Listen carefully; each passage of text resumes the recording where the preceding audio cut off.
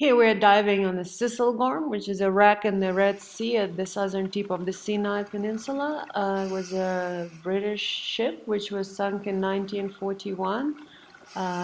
Here you can see the stern section of the boat was the anti-aircraft gun. The ship was carrying supplies for the Allied armies, and when the bomb dropped, it destroyed all the middle section. You can see here how it's all pretty much reduced to rubble. But the stern section and pretty much the first half of the ship, the front part of the ship, is in very good condition, holding fascinating cargo. You have schools of fish around the wreck as well, and also there is all kinds of stuff that got blown off in the explosion on both sides of the boat.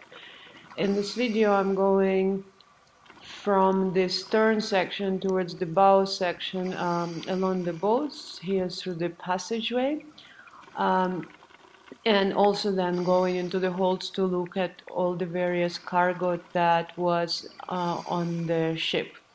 Here coming up on the left side is the train carriages. These ones were coal train carriages, and later on there is water tenders.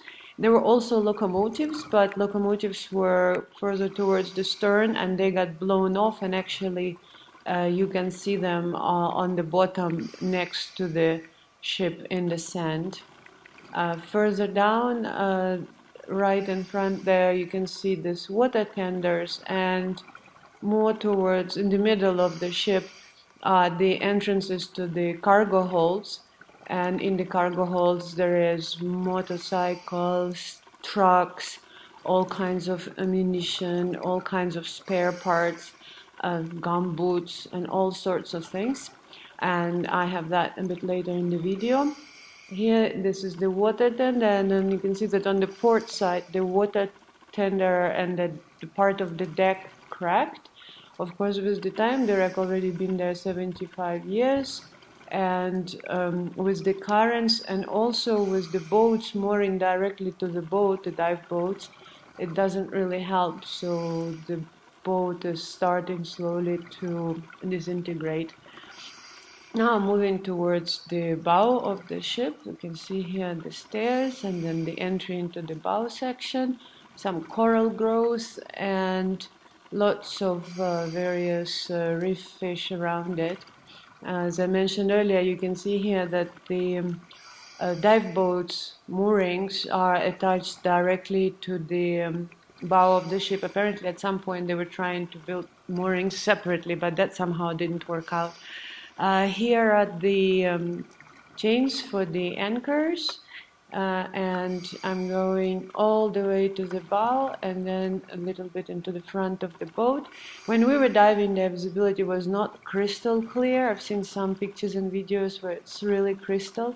When we were down there, it was wavy and choppy, and there was a fair bit of surface current. As a result, the visibility was not great, but because there isn't really much silt, because there's no rivers or anything coming into the Red Sea, still you can dive the wreck really nicely and go into the cargo holds and have a really good view of all of the cargo. So here we are in the cargo holds. These are the motorcycles, of which there is 100 or so. This is the famous one, which is in all of the magazines usually, and we even found a couple of motorcycles with the headlight on, as the headlights have been taken. This is one of the trucks. There are many of all kinds of trucks and personal carriers. This one even still has a wheel. Some others are missing the wheel. Also, this is another truck. The headlights are mostly gone. And the amazing thing is that the tires, even 75 years on, look brand new. You could probably put them on and drive with them right now. This is a tank. And all sorts of ammunition. This is some shells here. And we also did a night dive, so you can see lots of corals and stars and all of that stuff. So good diving on Thistlegorm, and there is more at divingmo.com.